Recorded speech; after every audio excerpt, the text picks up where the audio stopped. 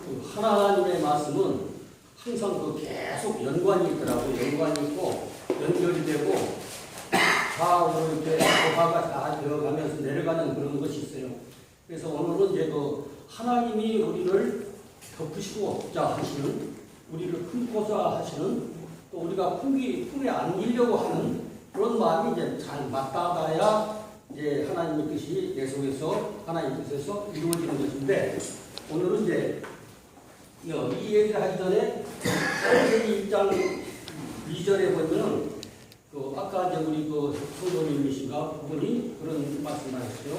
우리 한글 교회는 어떻게 나오는 것이 원래 언어는 그 하나님이 우주를 품으시다. 우주를 품는 이유가 뭐예요? 우주 안에 은하계가 있으면 우리 지구가 있는, 또 지구가 있는 은하계를 품는다고 하는 지구를 품으시는 건데, 지구를 품으시는 이유는 뭐예요? 사람을 품으시는 거죠. 사람을. 근데 사람이 어떤 사람을? 하나님의 자녀가 되게 되어 있는 그 자들을 품으시는 거죠. 근데 그 품으신다고 하는 것을 우리를 운행하신다 이렇게 보내겠어요. 품으시는 거하고 운행하는 거는 다른 거예요. 그러니까 원래 언어에서는 그걸 품으시는 거예요. 큰 그 날짐승이 자기 알을 품듯이, 그 새끼를 품듯이 품으시는 거죠. 품으시고 그 내용을 이제 우주를 품으시면 우주가 계속 극미세계에서 극대세계까지 전부 회전하게 돼 있어요. 계속 회전하면서 그 회전하는 것을 누가 품으시냐면 창조주 하나님께서 품으신다 그러게요. 오늘 본문 말씀에도 품으신다는 뜻이 나오기 때문에. 근데 예수 그리스도를 이야기할 때 창세기 1장 1절 우리가 태초에 이렇게 번역을 하고 있는데요. 그것이 레시트라고 하는 말이 있어요. 그 뭐냐면 첫 열매. 성경을 아는 사람은 딱 알아들을 거예요. 첫 곡식 이런 뜻이에요.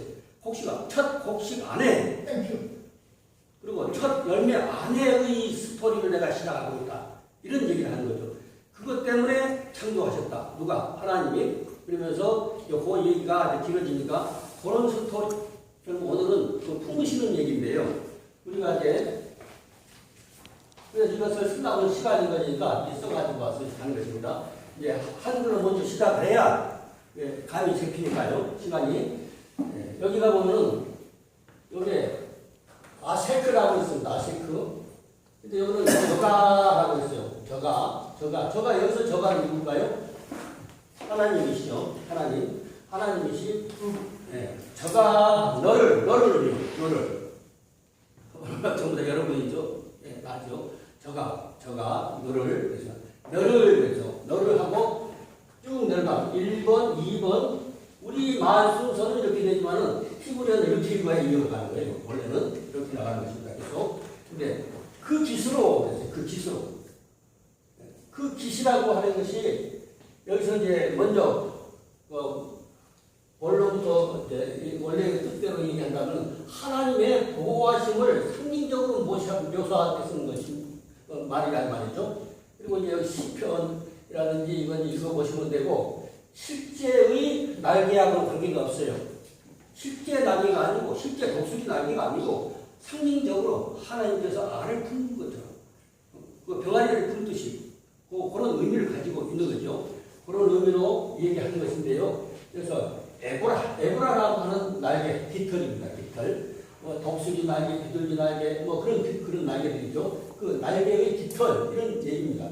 그리고 그 깃으로 냈어요. 그래서 요걸 어근을 해가지고, 요거는 전치사입니다. 전치사고, 그래서 에보라 토 냈어요. 토. 예, 그 깃으로, 그래서 4번으로 가면 다시. 그러니까 쭉 가면은 뭐죠? 여기서 그런 뜻이 있다는 거죠. 덮으시니, 덮을 것이다. 그것이 창세기 1장 1절에 메라헤페트하고 비슷한 얘기죠. 그 메라헤페트는 일방적으로 품으시는 것 같은데, 실제로 우리가 그 품에 들어가야 되는 거 있죠. 예, 그러니까 창세기 1장 2절과 대조된다. 그랬습니다. 근데 여기서 이렇게 동사 H라고 하는 것은 히피라고 해서 그렇게 하게 하셨다 그런 얘기인데, 울타리 치다. 울타리 치듯 가로하면 상징적인 얘기를 안 해요. 실제로 무슨 벽돌을 쌓든지 담을 쌓든지 그런 얘기를 하는 것이 아니라 하나님의 위험의 어떤 대상으로부터 우리를 보호하기 위해서 울타리치다 그런 얘기입니다. 그래서 카사크가 어근이죠. 카사크가 어근인데 본문에서 야셰크가 됐습니다. 야셰크인데 이거는 이제 그분이 항의하셨다 그런 얘기고 남성 단수분의 1인칭인데 여기서 3인칭은 누구시죠? 3인칭은 그분이죠. 네, 그렇게 나오는 구조는 그래서 이게 덮다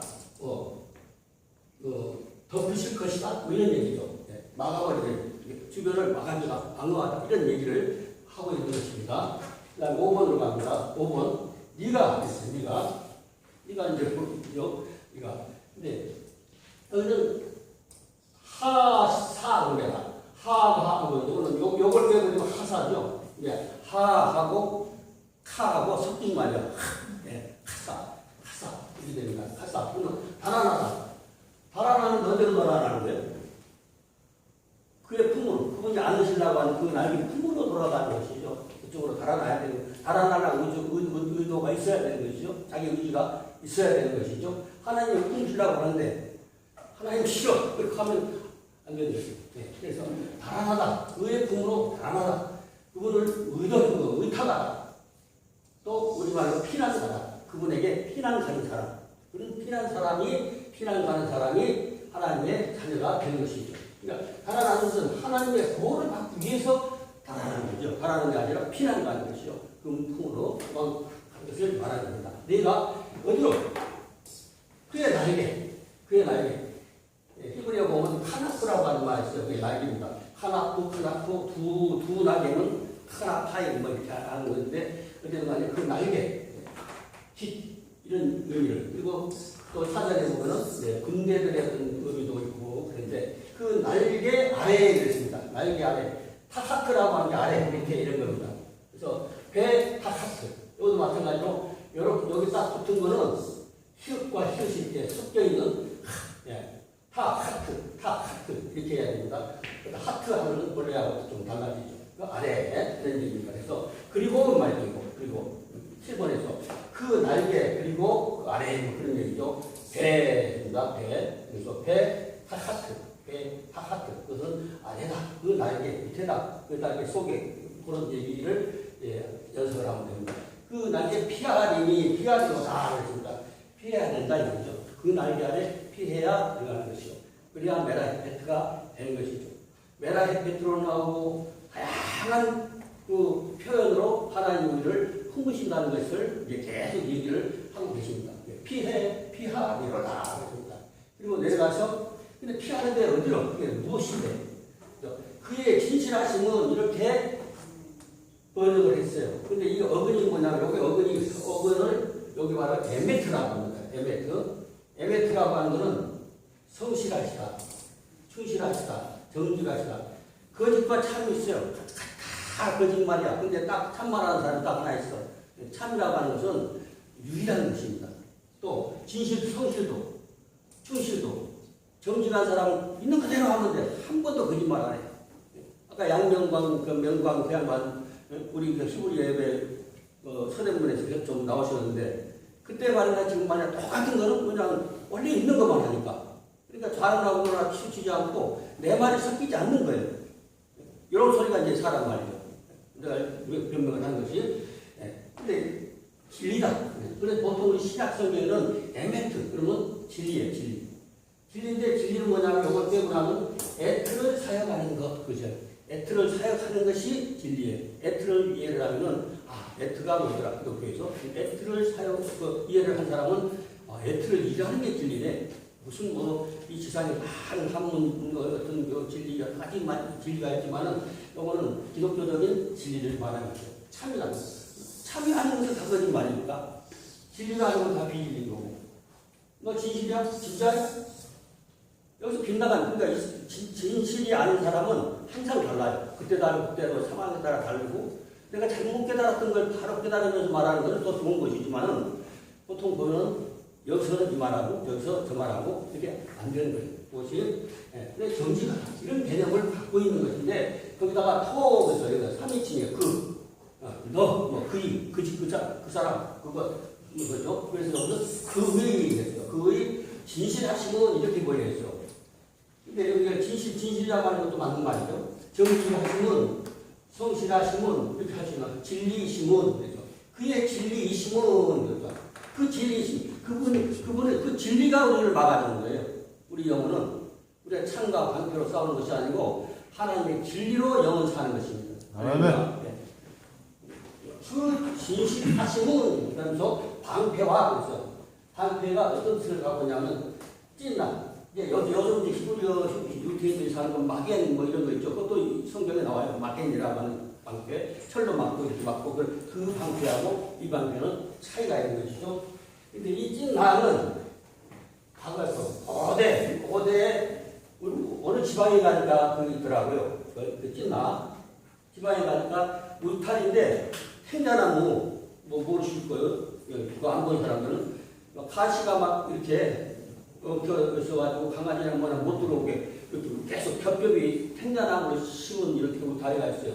그러면 외부에서 도둑도 침노하기 쉽지 않고 어떤 또 조그만 동물들 더 들어올 수도 없는 거고 거기서 그 방어가 되더라고요. 근데 그걸 찐나요. 옛날에 그 가시 울타리를 했던가 봐요. 그래서 가시 울타리에 사용하는 말이죠. 찐나.